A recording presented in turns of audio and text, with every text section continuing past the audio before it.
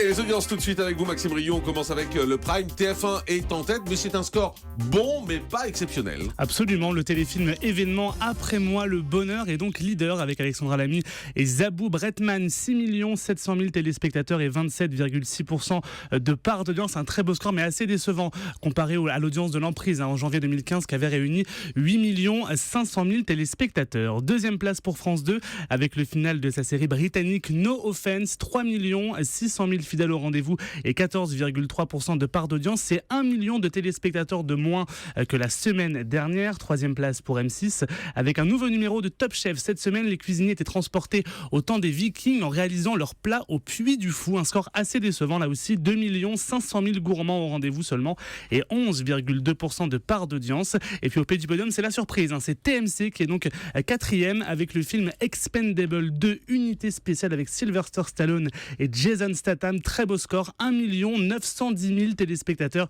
et 7,6% de part d'audience. TMC qui bat donc France 3 avec sa soirée spéciale L'heure H présentée par Franck Ferrand qui était notamment consacrée au décès de Lady Di. Un petit score, 1 600 000 passionnés d'histoire seulement et 6,6% de part d'audience. Voilà, Maxime Rio, c'est le seul qui a inventé le podium à 4 marches, bien évidemment, comme on lui dit chaque matin. Du côté de la TNT. Et bien du côté de la TNT, une autre chaîne dépasse le million en plus de TMC, c'est D8 avec le film L'Effaceur avec Arnold Schwarzenegger. 1 million de téléspectateurs au rendez-vous. Qui est sous le podium. Et 4,5%. C'est un très grand podium, c'est ça. Il y a 5 marches. Exactement, je vois.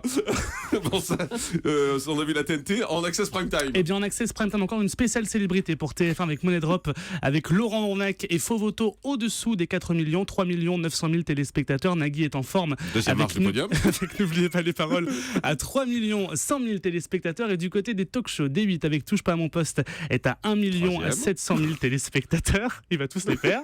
Et puis on notera également que C'est à vous retrouve des couleurs avec Anne-Sophie Lapix qui était de retour et qui dînait notamment avec Christophe de Chavannes. 1 100 000 fidèles au rendez-vous. Donc sur le gazon. Exactement, sur le gazon.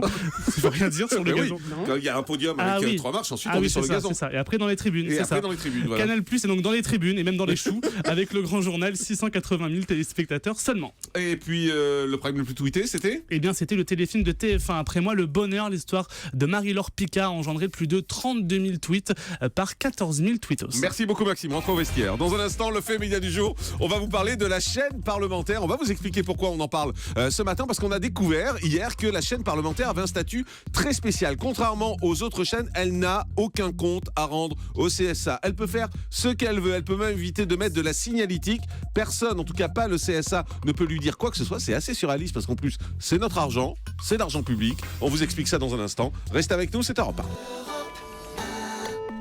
1.